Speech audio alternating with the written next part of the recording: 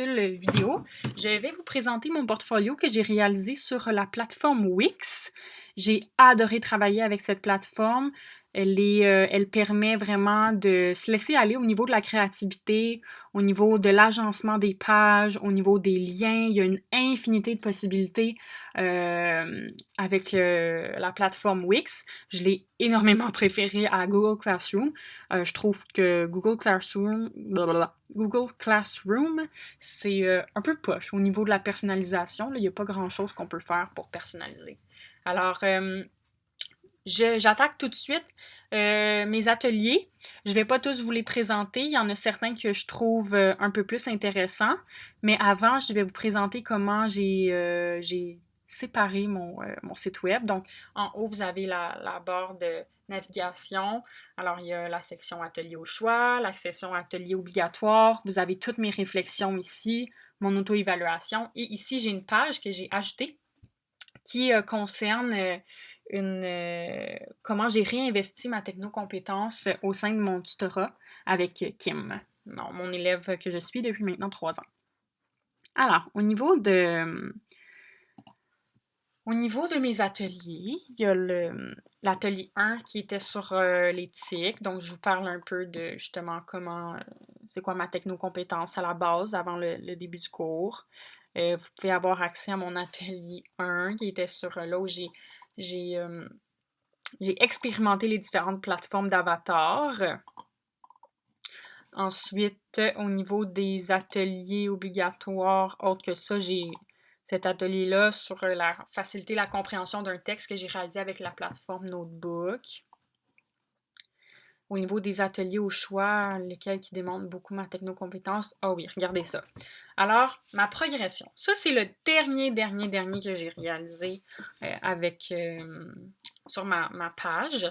C'est très beau, il y a beaucoup d'images, le fond d'écran est intéressant.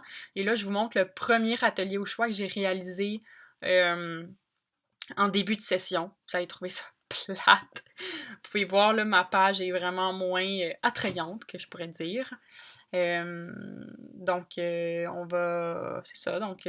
Sinon, il y a l'atelier J qui montre beaucoup la progression de ma technocompétence parce que ce vidéo-là, Powtoon, je l'ai réalisé, il m'a pris 2 heures à faire pour 20 secondes. Je trouvais que c'était pas très intéressant au niveau de l'efficacité personnelle.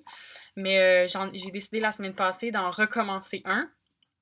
Et justement, j'ai fait une vidéo de quelques minutes et ça m'a pris beaucoup moins de temps. Donc, je voyais qu'au niveau de la technocompétence, je m'étais beaucoup améliorée. Alors, on va passer tout de suite à l'auto-évaluation. Au niveau de l'auto-évaluation, dans le fond, je crois que j'ai passé énormément de temps à réaliser les ateliers, à personnaliser mon site web. J'ai justement, je me suis quand je faisais mes réflexions, je suis allée sur Google Scholar, je suis allée regarder des études scientifiques qui s'étaient faites sur les différents sujets pour appuyer mes propos. Donc, c'est vraiment soutenu par des références pertinentes et variées. Puis justement, ça me permettait de proposer un regard critique par rapport au potentiel des technologies. Donc, au niveau de la réflexion de haut niveau, là, je pense que je suis là sincèrement. Je dirais pas que c'est... Je pense que c'est une appropriation effective. Là. Je vais pas vous mentir que je me considère pas encore une experte. Là. Je pense que la plupart des programmes qu'on a vus, on pourrait y passer des heures et des heures et on serait encore pas tant expert que ça.